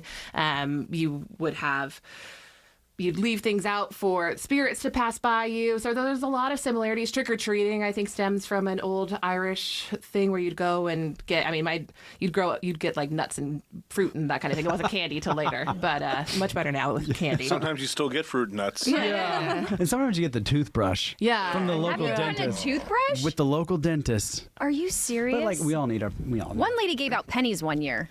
And I remember she put just a little thing, a couple pennies in my thing. And you're like, ma'am. Ma'am. Especially nowadays. What? Yeah. Which house to egg? Yeah. This one. What can I get with this? Yeah.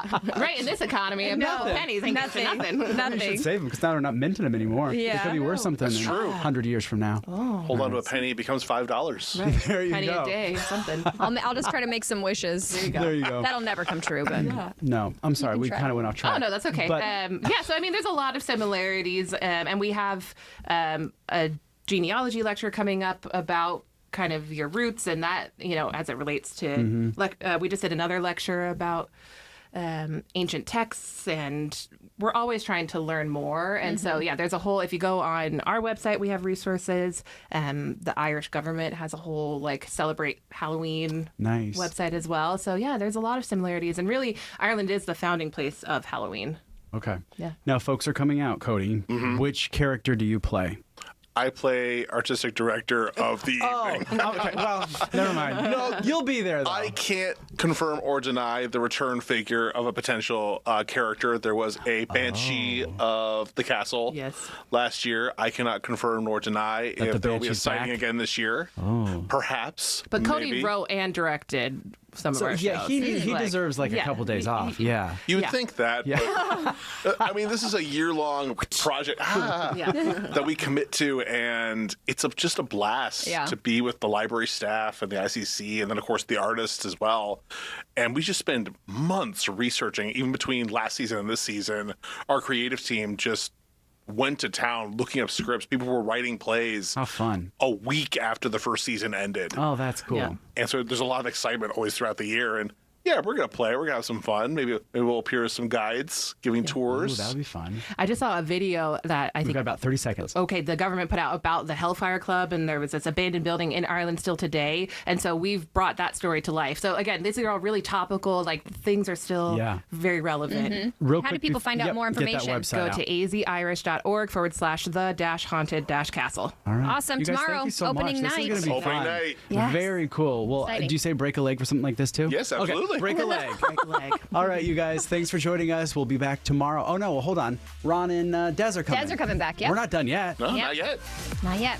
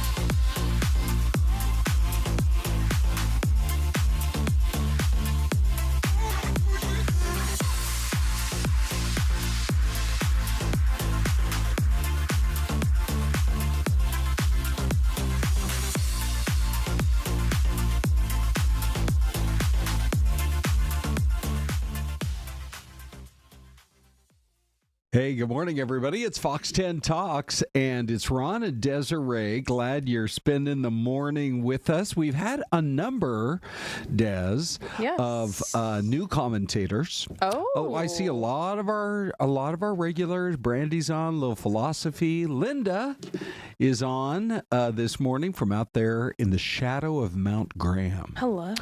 And let's see. Let me just see who else we have on here. Just a lot of the regulars, but we did have a new commentator today called Muffins. Oh, And hey, muffins. so- I like muffins. I do too. Chocolate chip, please. We had a whole discussion about what's the best muffin. If you had Chocolate to, chip. like, right on the spot, you had to make a decision, you'd go what? Chocolate chip. Really? Mhm. Yeah. And if it's chocolate chip, I mean, that's even better. Okay. What do you like? I'm kind of a banana nut muffin guy. Okay. Yeah. So. Okay. But You I can mean, have all my banana nut muffins. Really? You are not on board? Yeah. Okay. So it's all chocolate chip or nothing? Yeah, I'm so bad. My Okay. sweet tooth is terrible. Hey, you were up at Cave Creek today, right? Carefree Cave Creek? Is that where you were? Yes. Yeah. Nice. It's so pretty Long up in that drive. part of the valley. It Long is a drive. long drive. But who was your Yeah. photog? Levi today. Okay, Yeah, he's a hanging pretty out good with Levi. driver. So you were feeling comfortable just snoozing on the way back? Maybe grab a little cat nap or what? I don't TMI. Pumping on the way back in the car next to Levi. Hey, come on. This is a safe space. Yeah, mommy's We have- still nursing. Correct. We got plenty of moms mean- who are watching today who can Yeah, totally and I was just thinking to myself, like, oh, working mom life, it's not glamorous. It's not, but It's so hard. It's amazing. You're an amazing mom. As But I yeah, say no, they're so having often. the Taste of Cave Creek. It's at Stagecoach Village. It's tonight, tomorrow, starts at 5. Yeah. Tickets are $15. So that gets you into the event. You can walk around. There's live music and 2 beer gardens this year. Okay. And then the food, I forget the price, anywhere like $5, $7 for tastings. Oh, wow. And what's new this year is you can pay by like cash or card or Apple Pay. Okay. I guess last year they did tickets. And that was just kind of a little convoluted for okay. folks if they ran out and whatnot. So, Right. yeah, Okay. go check it out. You know, later this morning in this half hour, we also have Irene's report on the preview of the big Dia de las Muertes festival that's coming up. Fun. Which is super fun and super colorful. And it's so interesting here in the Valley because we go through the hot time of the year and we wait for October to arrive because we know we're going to have the beautiful weather. Now, today, of course, we had the rain, but there are just so many festivals all of a sudden because the weather's so nice. Now, we just want to be able to get some rain to keep, to eventually, hopefully, get us out of the drought, but not so much that it spoils the fun of all the festivals. No, exactly. And I'm Right? just looking at the chat. Good morning, you guys. Frankie D, Brandy, good morning. And Louie. Brandy, I'm Yep. confused by your question. Oh, what'd she ask? She says, hi, Des. Any tattoos for the kiddos yet? Did we discuss that? We no, must have at maybe, some point. Did they on the last segment? Maybe I don't know. Oh, maybe. Yeah. I missed it. No tattoos for them. Heck Yeah. no. No, right.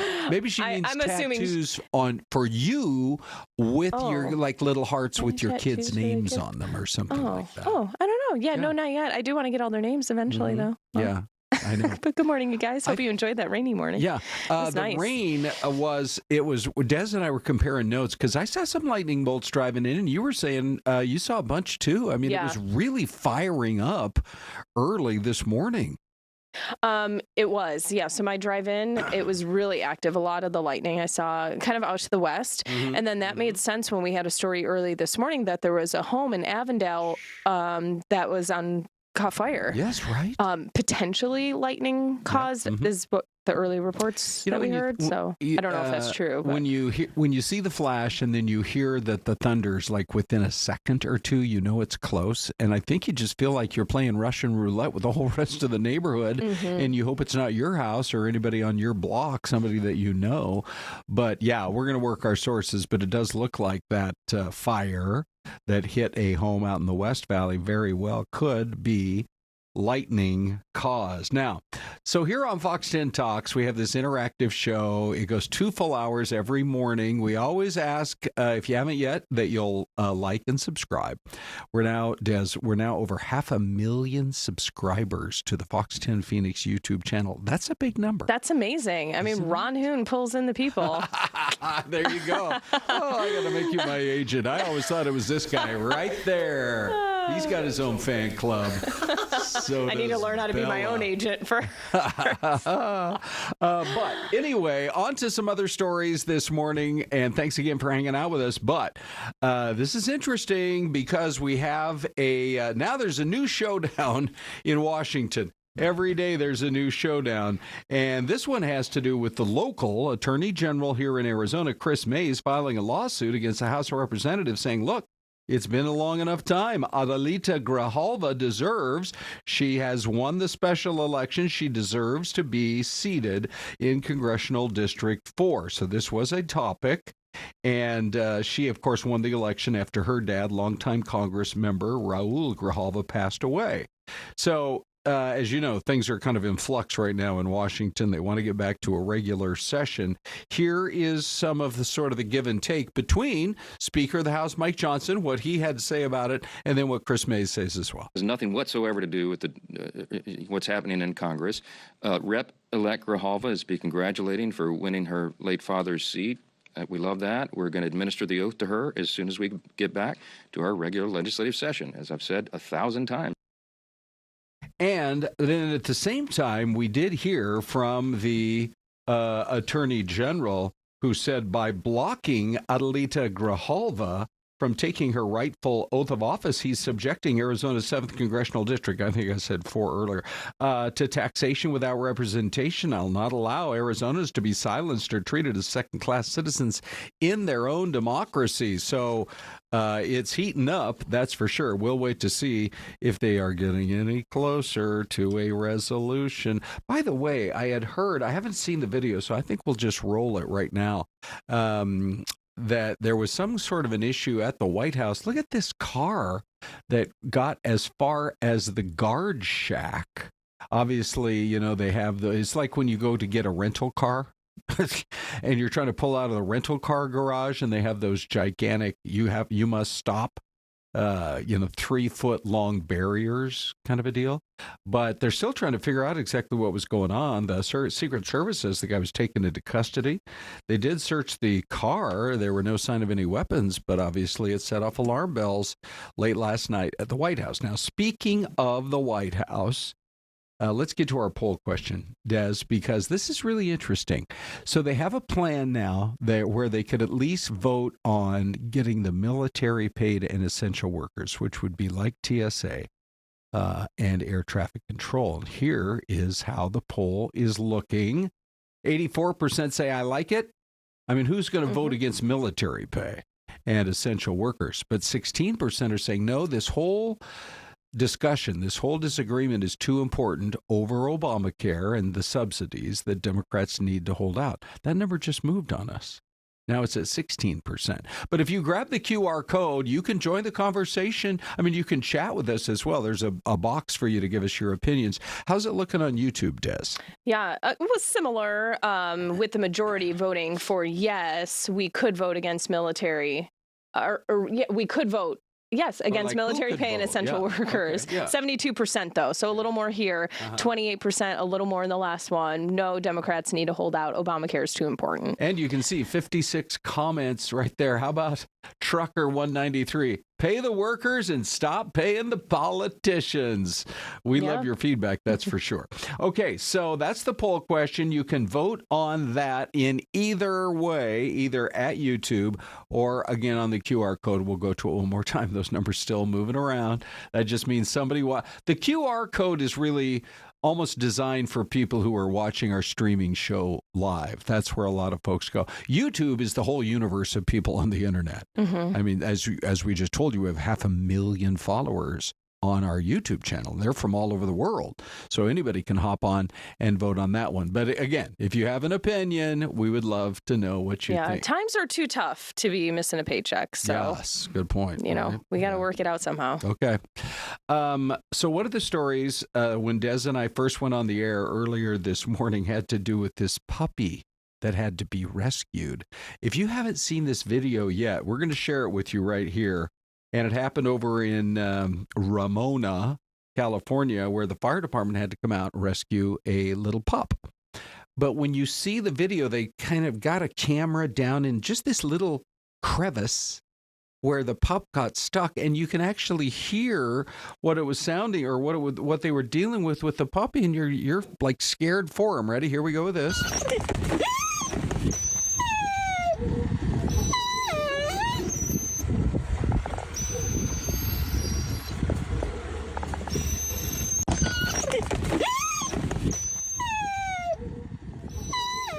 So it's still not quite clear how that pup got stuck down there. But yeah, talk about being wedged between a rock and a hard place. So Cal Fire got out there, and I don't think they were rolling their camera the whole time, but they did finally manage to rescue this pretty little pup named Zoe. She is a 3-month-old Great Pyrenees puppy. And they used a combination of ropes and hoses and pneumatic airbags to successfully get her out of that. Had to be kind of a complicated procedure.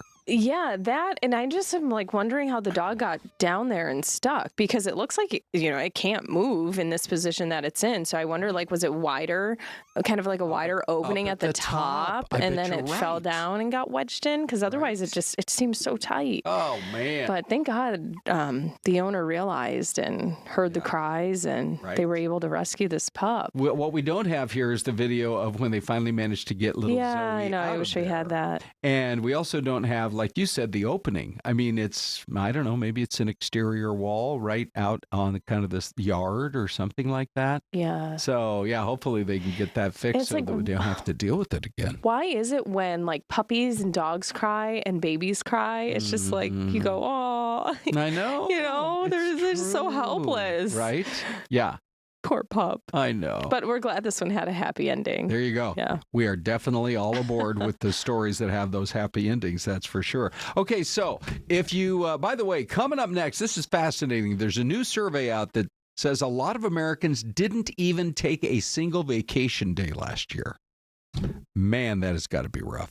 And more than 30%, close to 40% said they just feel burned out at work. So we're going to have an business expert, come in to talk about that. If you're feeling that way, how do you deal with it and kind of get back on top of things? So that's coming up after the break. But first, Desiree, let's go to this town. Oh, it's cute. Yeah, it is, isn't it? Got a nice courthouse there. Oh, it looks like fall. It's so beautiful. Mm-hmm. This is our mystery cam for today. So take a look, get your guesses in, and we'll be right back after the short break.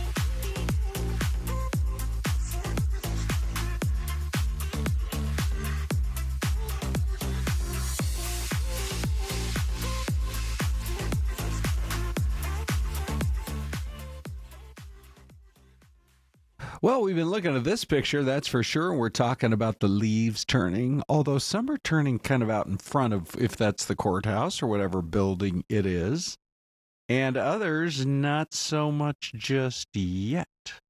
Therefore, I was first thinking like a Minnesota or a Michigan, but I think I'm going to go a little further south on this one, and kind of in the midsection, like in Indiana or in Illinois or in Ohio. I think it's going to be one of those three. Des, you got any guesses?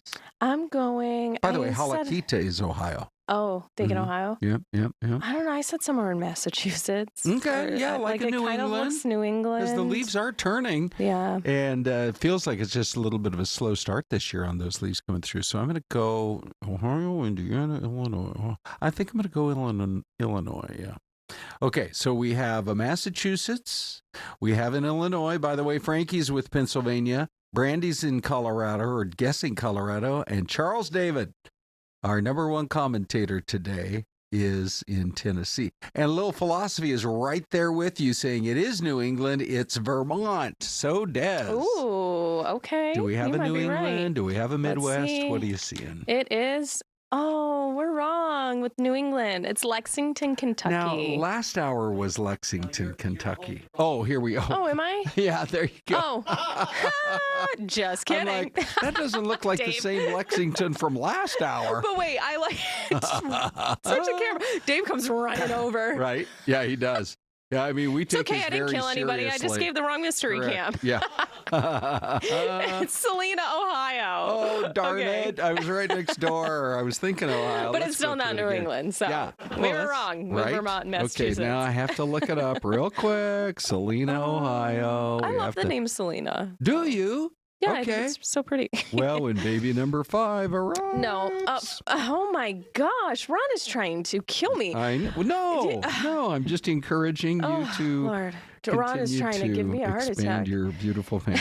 Okay, Salina, Ohio is. I love to, by the way. Well, I told you the other day the kids were asking me for more children. Oh, that's right. If you haven't given me a follow on Instagram, you guys, go do so. I'll throw my at in the chat. Really? You can follow so me. you're going to leave it up to the viewers whether or not baby number 5 Yeah, will be sure. happening? Follow me over there and let me know. Let me know. If you're going to send your donations, I'll put my Venmo out there. By the way, Salina, Ohio, let's go back and look at it one more time, is out there kind of between, it's basically north of Dayton, but well before you get to Toledo. I was telling Des, I was just driving through Toledo last week on my way out to Ann Arbor, Michigan. Toledo's got a special place in my heart. Because your husband played his college football there. Yeah, Toledo University is on the Hall of Fame, too. So if you ever... That's pretty cool. If you're ever back, Ron, I know how you love your bits of history and your Yes. sports. You can go check out Yeah. their Hall of Fame. Oh, that's great. And so it's a little bit south of Toledo and north of Dayton, which, of course, is where the Wright brothers lived. They have a really cool museum there in their bicycle shop. Basically, that's where they developed their whole ability to fly. It's a pretty cool story. No, that's cool.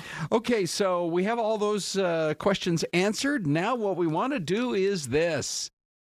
We have Duane Deason. This story that came in this morning, Des, about the percentage of people who didn't even take a day of vacation last year is kind of mind-boggling, you know, and maybe in relation to that, the percentage of people who are feeling burned out at work. So it's Duane Deason, and he joins us with the advocacy group this morning. Hey, Duane, how you doing? Good morning, Duane. I'm very well. Thanks for having me. Have you ever been to Salina, Ohio? I have not. No? I'm sure it's beautiful. Have you been to Ohio? I've been through Ohio. Okay. Like I've been through. Okay, that's good. I was just there last week. It's so great. Pittsburgh, Pennsylvania is the most underappreciated city in America. But then on this streaming show, occasionally we digress. Duane, what is happening in the workforce where people aren't taking vacation time? This is pretty concerning, I think. It is. The problem is it's actually a growing trend. It has always been a problem, but it's getting a little bit worse. And I think there's a couple factors that are causing that. Some of it is because the going on vacation has become more expensive. And so you have employees that aren't really taking grand vacations because they can't afford to do so. And so they might want to take a staycation, but at the end, it just becomes more likely that they don't do anything. And the other aspect of it is AI is actually creating some problems as well. And you see this particularly in certain groups of people, computer science and programmers that are having their jobs challenged with artificial intelligence, feel like they have to try to prove themselves and be more present in order. And if they leave, then they might show that they're less valuable and come back and perhaps not have jobs. So a couple of conflicting issues that are causing this big problem.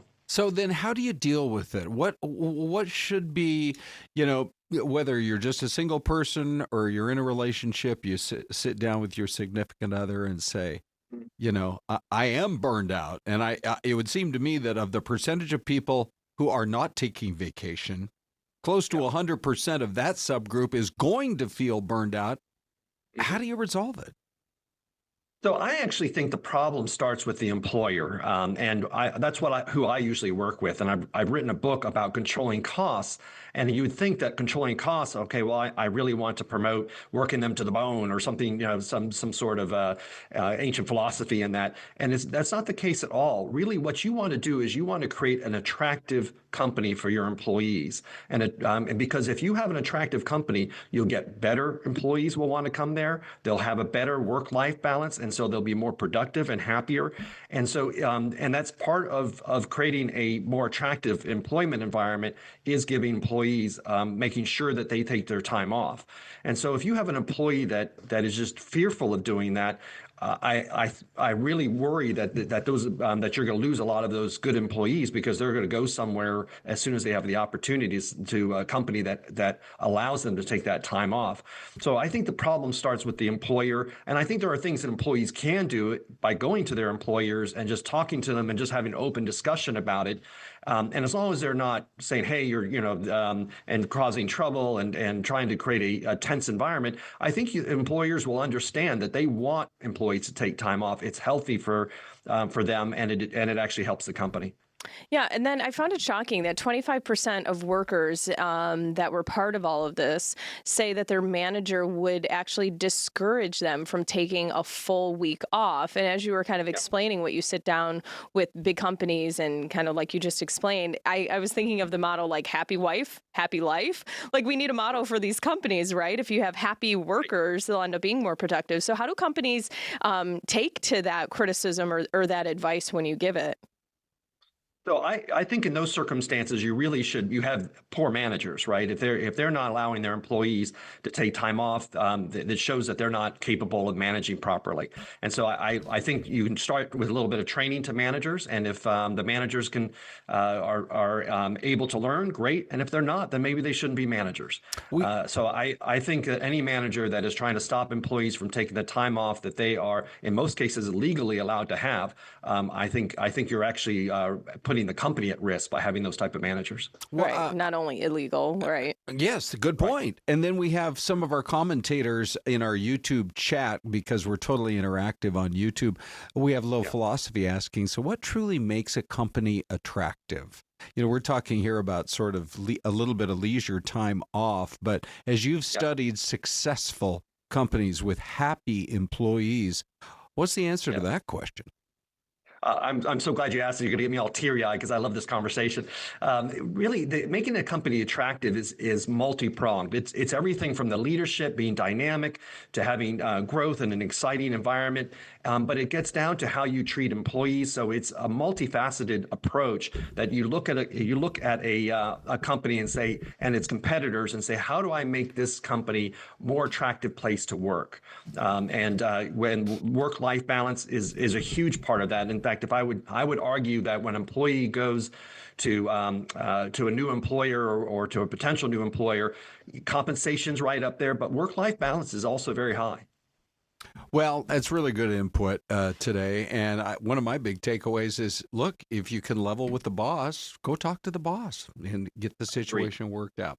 All right, Duane Deason, Advocacy Group, thank you. What was the name of that book one last time, friend? It's Operationally Svelte. I think it addresses this subject about making companies attractive. I think it's worth looking into if you're curious about that.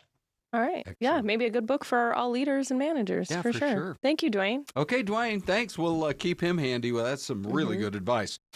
So Dia de los Muertos coming up on the calendar here before you know it. Did you catch Irene's report today? This is fun.